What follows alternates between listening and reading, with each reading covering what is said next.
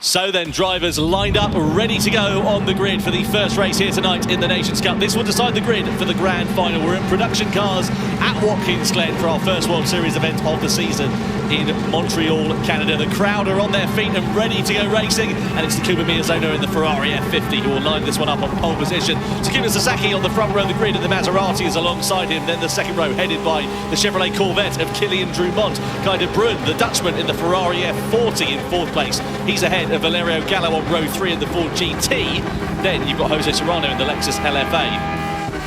Killian Roach in the Mercedes-Benz McLaren SLR, 7th on the grid, ahead of Coque Lopez in the Porsche 911 GT3. And Helena Stroza lines up P9 in the Lamborghini Diablo, ahead of Guy Barbara in the McLaren F1. And the final row of the grid is comprised by Adriano Carrazza in the Dodge Viper, ahead of the second Ford GT. That's Robbie Heck down in 12th position. Home track for him, Watkins, Glen. He'll be hoping to get a bit closer to his compatriot in 7th. Man, it's just so cool to see this lineup of cars about to take on 7 laps of Watkins Glen. Now look out front, Miyazono's out front in that F50. He, even with the rolling start, is going to be punching a hole for all the cars behind him down to that first chicane. So until he gets there, Miyazono, I imagine, is going to be driving in his mirrors, and pretty much it's his to lose. If you're in mid-pack like Gallo or Serrano, actually you're going to be in the train, in the slipstream train, and you've got a better chance of anyone as moving up the field. But keep an eye out on that Viper, keep an eye out on that Ford GT as well. I was told earlier they're pretty quick in this class, so cars definitely to watch throughout the race. So Takuma Miyazono leads the field then around the final corner here at Watkins Glen. We're about to get the sprint race underway for the Nations Cup here for World Series 1 in Montreal. It is going to be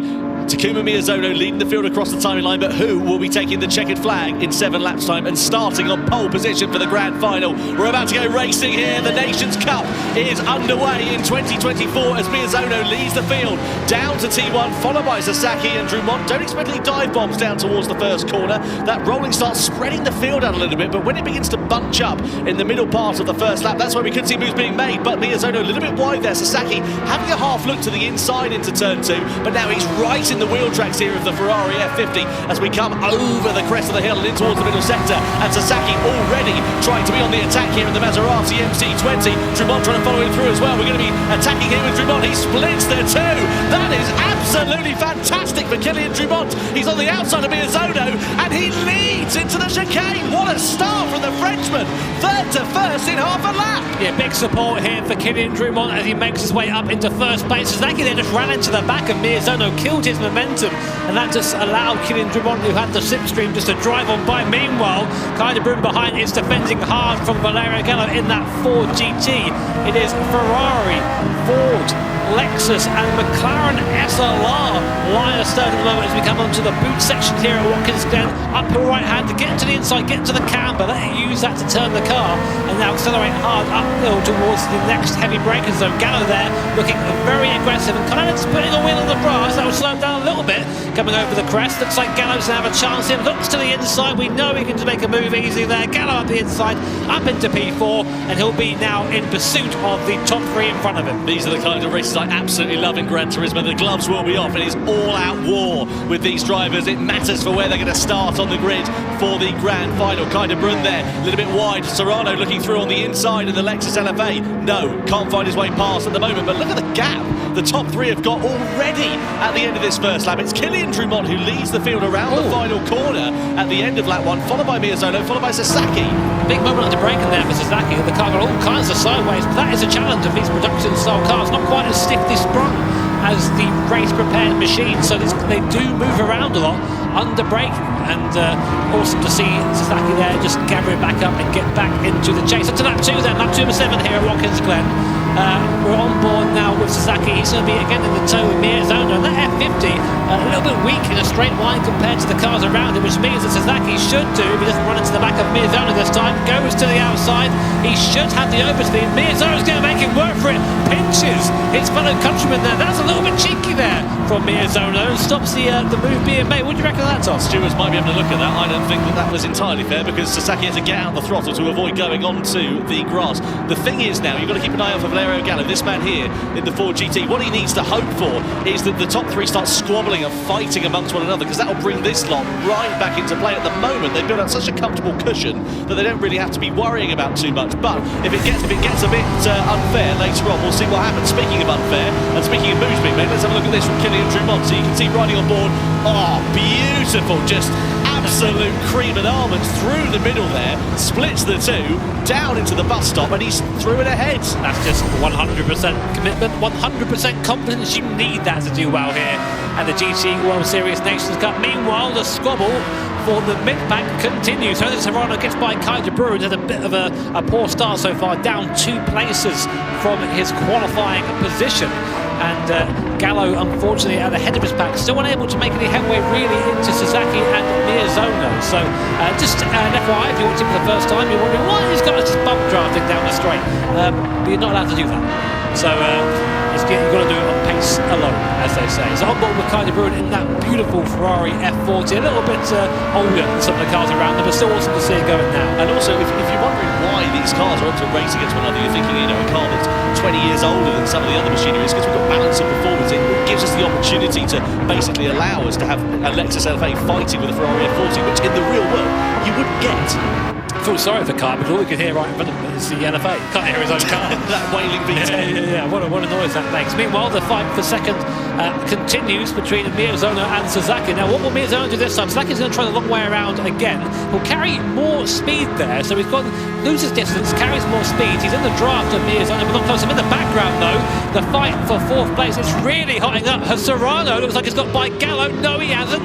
Gallo dives back up the inside, retains 4th position for now, and this group is very slowly starting to catch the group in front, but it's not quick enough at the moment. Fastest lap so far belongs to Kylian Drumont, who's out on his own. He's pulled away from this pack. That is very impressive in a circuit that is so dependent on slipstream. Oh, kind of Bruin looking with a bit of hip and shoulder on the inside there of Jose Serrano. Smattering of contact between the Lexus and the Ferrari. That might allow Cullen Roach into play there as well. Coming through into the final sector we go. Serrano with a defensive, tighter line. You see De Bruin there using the throttle on, off, trying to find the right application of it. He eventually has to just sit in the wheel tracks of the Lexus for the time being. But has he got enough opportunity, enough momentum to have a lunge up the inside? No, thinks better of it for the time being. But they haven't got time on their side. They've got to be a bit careful about this, because it's going to be counting down before they know it. We're already over the halfway stage. Yeah, that F40 isn't looking too far mid-corner. He's stabbing that throttle, just trying desperately to get some rotation out of it, but just not able to do that whilst carrying any sort of tangible speed there. So this little second pack there, it's still formed of a few drivers. Coco Lopez at the back. So here's a replay. This is Sasaki and Miyazono. Is this for position? No, there's another bit of contact between them. Sasaki gets up the inside there of Miyazono, and he makes a move up into P2. He that completely onto the battle, so our apologies there, but Sasaki does get by Miyazono then, finally, and now is able to chase Kylian Drumont, but I think already it's maybe a little bit too late. Yeah, 2 seconds in, 3 laps. It's going to be a very tall order, that's for sure, for Takuma Sasaki. Valerio Gallo, Serrano, Kai de Bruin. You could throw a blanket over these 3 drivers at the moment. They are absolutely giving no quarter at the moment. You see De Bruin darting up the slipstream. You can see Roach there in the background in the McLaren SLR trying to go through. Here comes Serrano. He's going to go past Valerio Gallo if he's not too careful. Down the back straight we go into the chicane. Gallo once again has track position. Does that upset Serrano's rhythm and allow De Bruin maybe an opportunity from behind to try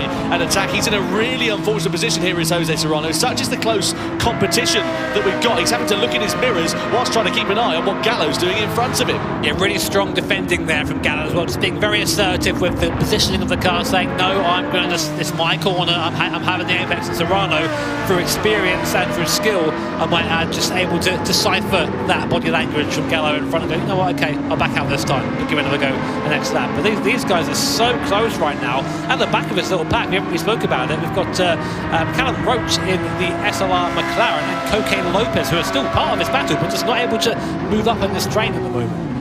So down the back straight we go, in towards this tight right hand, and there's only medium speed corners on this circuit. There's not really any dive bomb opportunities in this part of the lap. You can see flicking it through the left hander, very much one at a time, one line corners through there, especially the elevation changes. You can see everybody running it really nicely and really clean. A lot of respectful racing going on, but no dive bombs being made. I gather though, as we get to the final few laps of this race, that's when we're going to start seeing moves being made.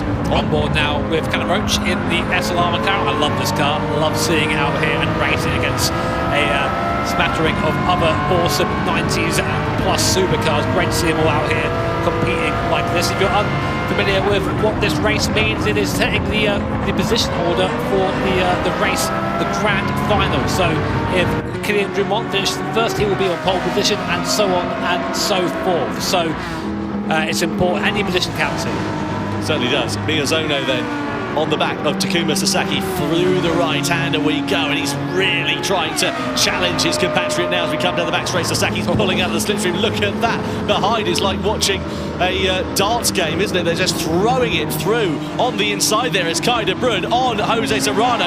A decisive move from the Dutchman as he goes up into 5th place, and now his next target is going to be Valerio Gallo. A little bit sideways mid-corner there for de Bruyne. Keep an eye out for that, because he's had a few mid-corner moments. Gallo has a bit of a wiggle on the exit there as well, but he's just parking that car exactly where he needs to.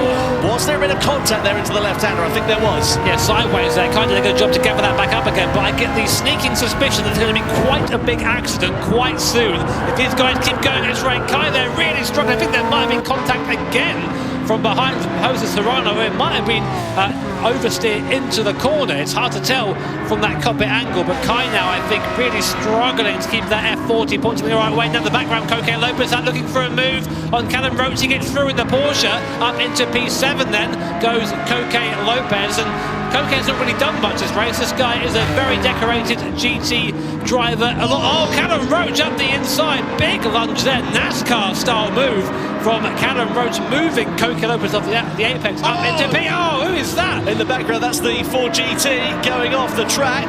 And that is Robbie Heck, the American driver in his home race, spinning out of contention and spinning out of a good starting position for the grand final. What a shame there, but it just shows you how close and how aggressively these guys are racing. We're going on to the penultimate lap now, so it's all to play for. Drumont seemingly going to win it at the front, but beyond that, it's anybody's game. Sasaki and Miyazono still joined at the hip as they go up through the S's once more. And then we know the F50 that Miyazono in that awesome yellow paint is not quite as quick as Sasaki in a straight line, but using the draft, he's able to stay with them, and then is quicker in the corners. So unsurprisingly, there, penalty there for Jose Serrano for some contact with another car. Sasaki passing Miyazono, I think, there in the background. Yeah, on the final lap. This is the incident which caused Robbie Heck to go plummeting down the order, so he got in a straight line. Oh, he lost it on his own. He just hit the white line on the inside, then spent the next time saving it, got it back, saved it again, got it, ended up getting biffed there as well for good measure. Miyazono versus Sasaki, part 3. Miyazono up into 2nd position, so he's overtaken Sasaki again there, just off camera, just missed it during the replay. So now Sasaki is back in 3rd position in the Maserati. Great fight between these two. Here is the replay. Yes, Sasaki just up the hill here, and Miyazono using the slipstream to try and get back through, but I then think just lost it again coming through here. But great images between the two. Yeah, brilliant racing then as we come through the final series of corners. Look at this, side by side we go. Down into the right-hander, Sasaki on the inside, Miyazono on the outside. Maserati versus Ferrari, the two Japanese drivers giving absolutely no quarter. And Sasaki is back through ahead of Miyazono with just a couple more corners now remaining. Through the left we go, and surely this one goes to Sasaki unless he makes a mistake. He runs it onto the grass, onto the curb. Is that now a bit of an opportunity ready for Miyazono to try and pounce as we flick it through the left-hander? Kylian Drumont's 5 seconds up the road. He's going to win this one. We come through the final corner. Miyazono's going to try and out-drag Sasaki, but he's not going to have the opportunity. Sasaki's very, very close as Kylian Drumont takes the checkered flag and the victory. We come across the timing line then to begin the final lap. Actually, I beg your pardon, as we head down to the first corner. So Sasaki it is, with Miyazono very close behind. Yeah, Drumont so far in the lead, and Tom called the end of the race. That's how it's going, but we are still going. And in that Gallo gets back through past Serrano. So Gallo up into P4, but now Sasaki and Miyazono, this is their last opportunity, and they've been scrapping the whole race. They know each other's moveset by now, but Miyazono looking to the outside to be very brave to go around the outside. Here he does, gets it done with the slipstream, which puts Sasaki now back into third place. Koke Lopez now, by the way. Oh, it's all going on down here. Look at this, Guy Barbara, Valerio Gallo, Kai de Bruyne, Koke Lopez is up into fourth place now as well. Guy Barbara, Kai de Bruyne, and then you've got Valerio Gallo and Jordan Carrazza all in the mix here as well. It's kicked off massively on this final lap, and somehow Lopez is up into fourth place. You've got lunges being made left, right and centre as we come through this left-hander into the final sector. Yeah, Lopez lost the car there down the bottom there, so now Kai de Bruyne back in, and Miyazono is now still defending here from Sasaki. These guys are still nose to tail. It's all going on everywhere on the circuit, with Drumont seemingly going to take this victory. They're side by side coming down the bottom here. Miyazono up the inside. Sasaki's going to try the long way around. Can he make it stick? No, not quite. Miyazono ahead with only 3 corners left. This is super close between these two. Gallo and Lopez are under investigation for a collision as well. Miyazono parks the car on the apex, blocks any opportunity there for Sasaki to try and go through. We come in towards the final series of corners. Once again, this time around it will be the checkered flag as Miyazono once again takes a defensive line and Sasaki tries to attack. Drumont will take the victory and pole position for the grand final. The Frenchman does it in commanding style at Watkins Glen. It's a drag to the line for second, and Takuma Miyazono does take second place ahead of Sasaki, but it's not over further back. Lopez then will take fourth ahead of De Bruyne, Roach, Gallo, Barbara, Carrazza and Serrano down in 10th place on the final lap. Wow, what a dramatic end to the sprint race there, JB. That was a certified Watkins Glen moment.